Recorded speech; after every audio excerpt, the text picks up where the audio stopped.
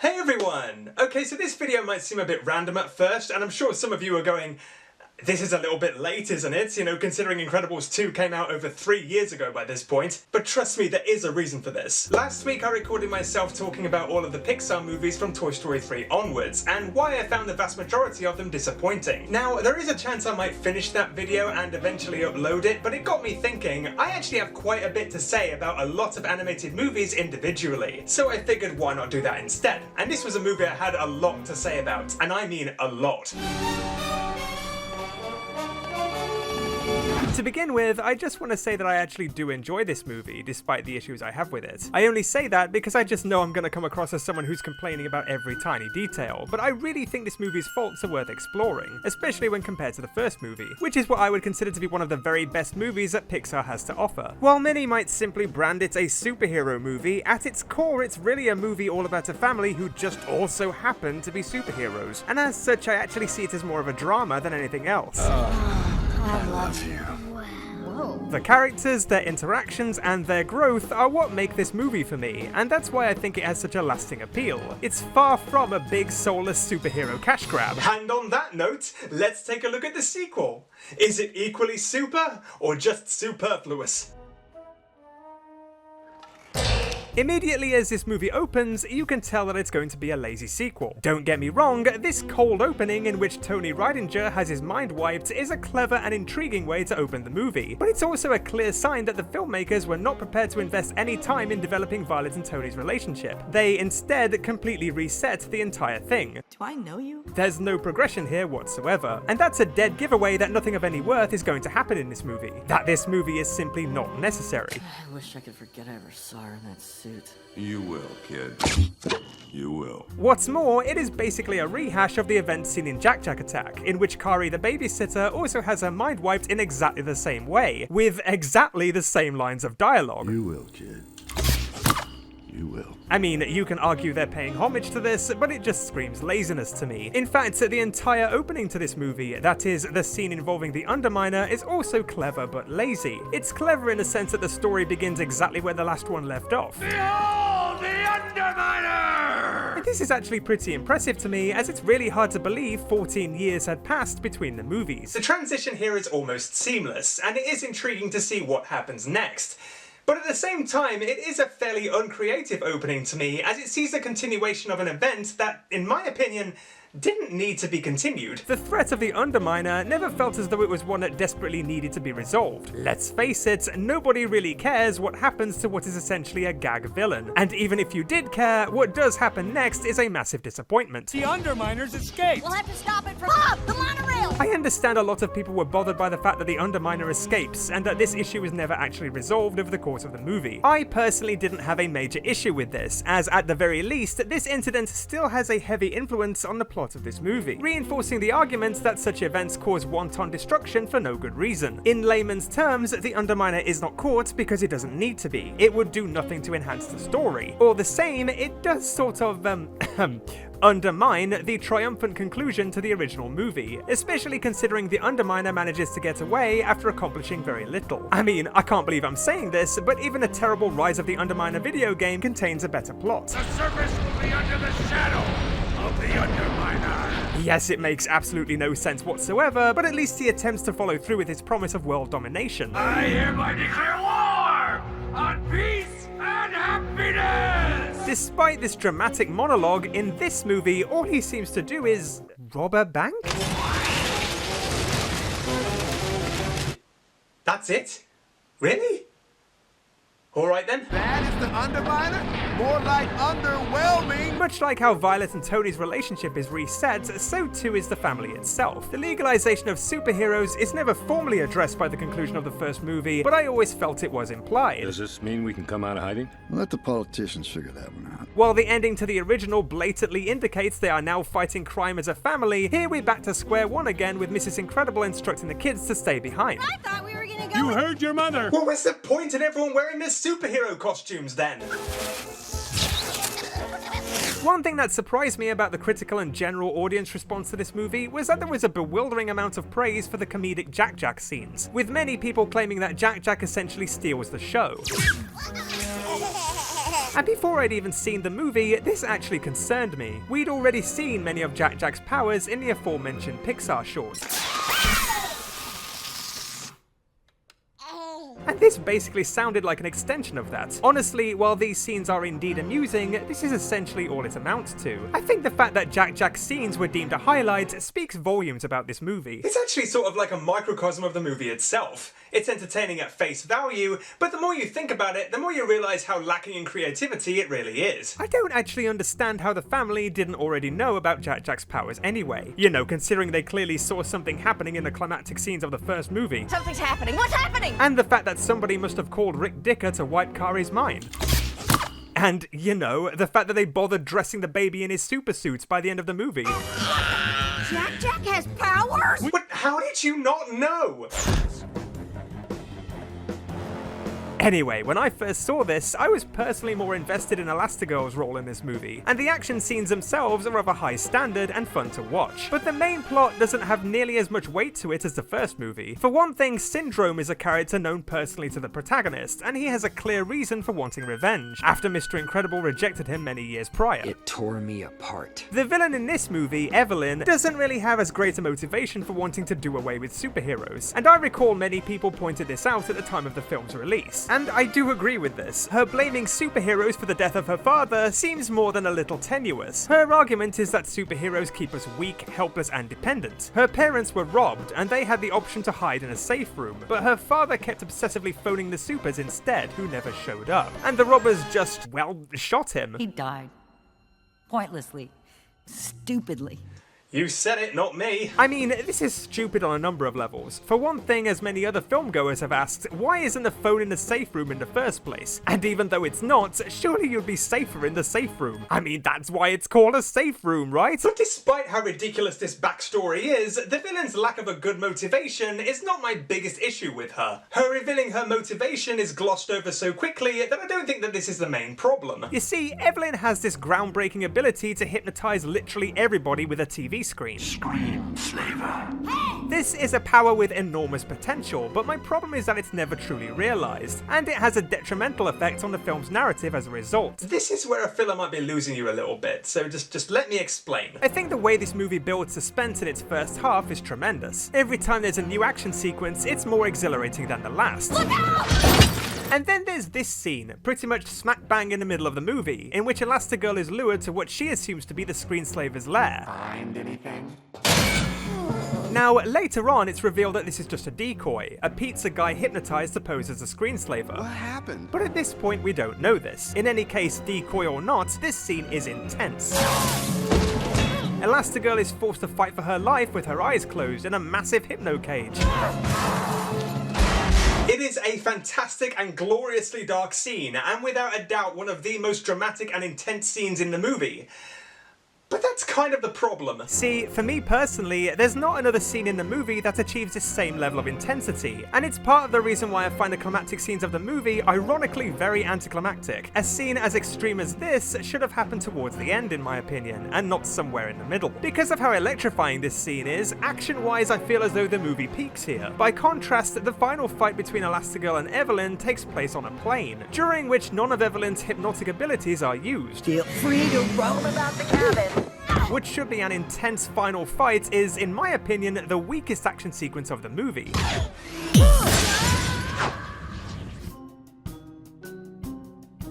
What also doesn't help is that Evelyn's scheme is questionable to me. I recall several people commenting that it makes no sense that she would be actively involved in raising the profiles of supers only to try and make them illegal again, especially when supers are already illegal from the movie's outset. That makes no sense. I mean, I guess she's using her position to sabotage the campaign from the inside, but her methods just raise more questions. Yes, she abuses this technology of hers to inflict various attacks, but it still doesn't really add up when these attacks just raise the profiles of supers even more. Put it this way, if Elastigirl didn't discover that she was behind it all, what did Evelyn have to gain exactly? My theory is that she was merely trying to drum up publicity to make the supers' eventual defeat all the more devastating. But even then, hijacking a train and then a helicopter seems a little redundant. It doesn't make the scenes themselves any less exciting, but really, Evelyn, why endanger these people? What was the point? What's preventing her from using the goggles on Elastigirl earlier in the movie? Speaking of which, the villain reveal twist is another scene scene I remember not sitting well with people, mostly because of how predictable the twist is.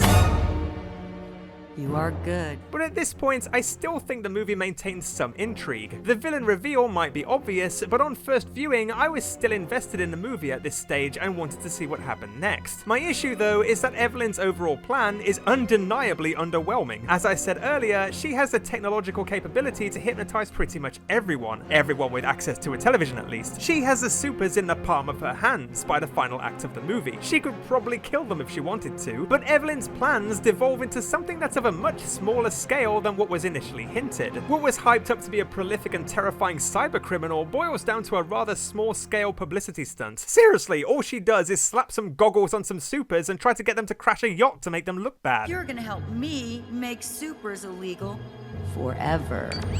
You're telling me this is what the movie's been building to? Trust me, there is no way to talk about these scenes without making them sound crushingly disappointing. Want me to uncrush? I also have questions concerning how this technology works. Earlier in the movie, it's implied that Evelyn herself fights Elastigirl through the pizza guy. I gave you a pretty good fight through him. But in the movie's latter half, the hypnotized supers are seen following orders. We got Frozone. Bring him to the ship at DevTech immediately. Really? How does this work? Are their motions being tracked or are they being brainwashed to follow orders? It's very inconsistent and kind of confusing. That's not to mention that the goggles themselves are laughably conspicuous. At one point, Evelyn's brother Winston mentions them, and she brushes it off by claiming there's some kind of night vision goggles. Yeah, night vision, etc. They look good, right? Oh, alright then, fair enough.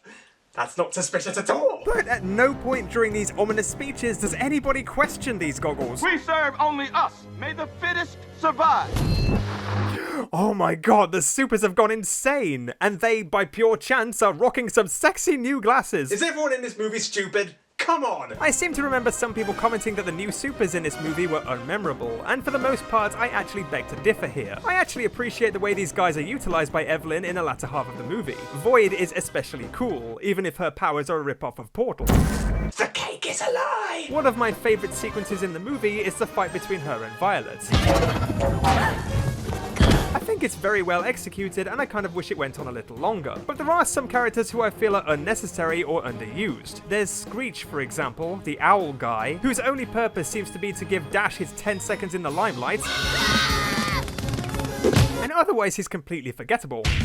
I also feel that Frozone is underused. Yes, he's in the movie quite a bit, but I feel as though he could have been utilized in a smarter way. And I know you're probably wondering, how? But hear me out. After revealing herself to be behind the screenslaver, Evelyn's monologue takes place in this freezing room. The fact that she has Elastigirl trapped in here is pretty clever, as it nullifies her. I would resist the temptation to stretch. This scene exposes what is essentially Elastigirl's kryptonite, freezing temperatures or ice. By this logic, surely it would have made sense to have a scene in which a hypnotized Frozone and Elastigirl are pitted against each other. But aside from a blink and you'll miss it moment towards the end, there's no such scene in the movie. I'm not suggesting it would vastly improve the movie, but I do feel it was a missed opportunity, and it would have been, cool to see. Pun intended, as usual. Ultimately, it's the kids who save the day. In fact, it's Jack-Jack, you know, the highlight of the movie, who saves Elastigirl in the end. This ties in with another small issue I have, and it's that the movie feels a little contrived. There's a couple of scenes in the movie in which the characters are saved by pure chance, such as the Incredible saving the kids in a nick of time. It's an exciting scene, don't get me wrong, it's just a little deflating to think that Evelyn's terrible plans may have had a chance of succeeding if it weren't for a car. The worst example of contrivance, though, would have to be Jack-Jack himself. His multitude of powers might be amusing to watch, but it kills all the tension when he automatically becomes the solution to every single problem the kids face. By this point, I feel that the movie has lost its momentum. The villain's plan wasn't all that impressive, and even then she had no hope of succeeding, especially when all they had to do to stop her was take off the goggles. Even the final scenes in which they try to prevent the yacht from crashing aren't all that interesting to me, and it's not just because it's on a much smaller scale than anticipated. I'm just not invested in Evelyn's plot anymore because it's so ridiculous. I actually thought the opening action sequence involving the Underminer was more gripping than this. Even so, despite how easy a villain she is to foil, the supers all stupidly manage to fall for her evil plot.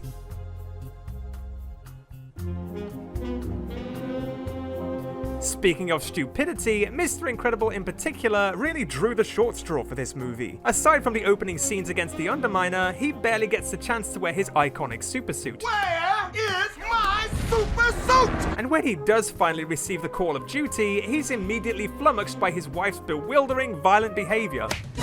Helen! It's the goggles, you moron! You don't need super sight to see them. Are you blind? Needless to say, it's not long before he's also placed under Evelyn's control. Just like that. Well, he tried, I guess? I'm sorry, but they did him dirty in this movie. Not nearly as dirty as Buzz in Toy Story 4, but dirty nonetheless. I actually think this ties in with the frankly shocking representation of men in some modern Disney and Pixar films, which might be an interesting topic for another video. You might argue I'm reading a little too deeply into this, but Mr. Incredible is undeniably a shadow of his former self here. I've no problem with there being a role reversal in this movie, with his having taken center stage for much of the previous movie, but he comes across as genuinely pathetic and at times petty. That's fantastic, honey. Upon hearing the news that Elastigirl has been chosen to spearhead Winston Dever's campaign towards the beginning of the movie, he acts like a petulant child. And you'll do a great job. Oh, get a grip! Otherwise, he's portrayed as being the tired house husband stereotype, incapable of handling the kids by himself. I mean, granted he has a super baby with apparently undiscovered powers on his hands, but this movie feels very woman-centric to me, unflinching in its man-shaming. So simple, even he can do it. And it's a theme that I've noticed in several modern Pixar movies. You mean it's man's world and all that? Don't get me wrong, I love seeing strong female characters in prominent roles. I just don't understand how putting men down at the same time achieves anything. You're adorable. Why does one gender always need to be depicted as superior? This is just outdated stereotyping. Oh, men can't look after the kids and do a woman's job. So much for a man's world. Am I right? If you alone had handled the Underminer, things would have been different.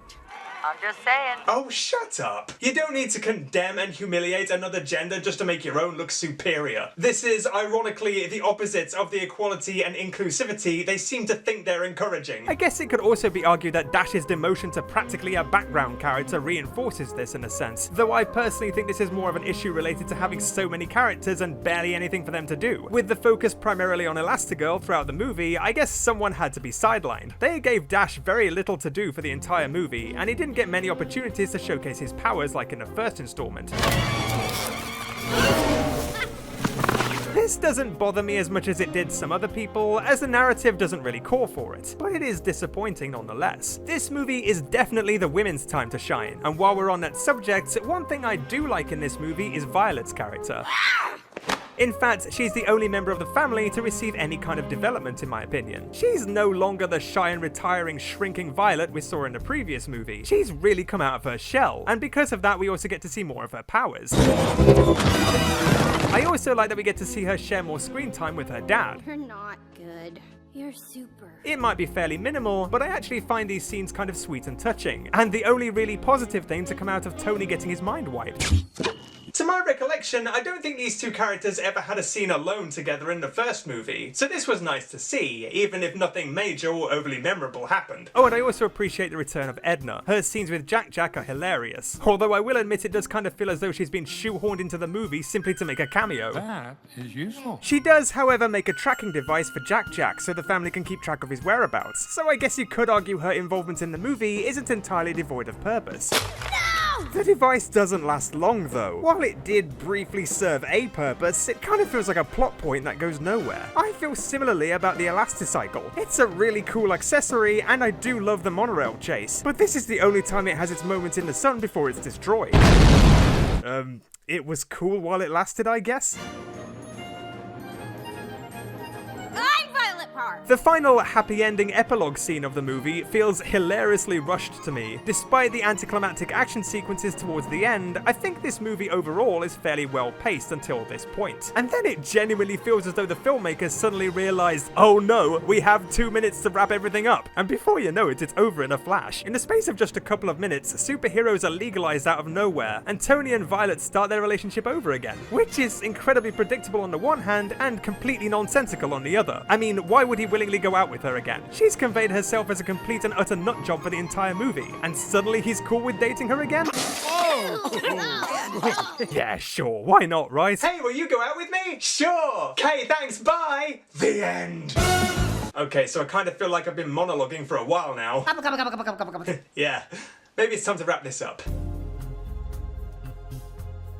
Was this movie a necessary installment? Not at all, really. The only things to have changed since the first movie are that superheroes are now legal, meaning the family can now fight crime together, and the family knows about Jack-Jack's powers. You have powers! Both of these things were pretty much implied in the first movie anyway, so ultimately this movie serves no real purpose other than to entertain with some well-choreographed action sequences, entertaining dialogue, and comedic Jack-Jack skits, which is fine. Honestly, I don't consider this to be one of the worst Pixar movies, despite my issues with it. It's not a patch on the original, but as a follow-up I'd say it's passable. The first movie seems smarter and a lot more self-aware, in that it lampshades certain superhero movie cliches, particularly the common villain monologuing trope. You got me monologuing, I can't believe it. This movie, meanwhile, simply plays it straight. There are a couple of monologues by the screenslaver that are effectively creepy and ominous. You are no longer in control.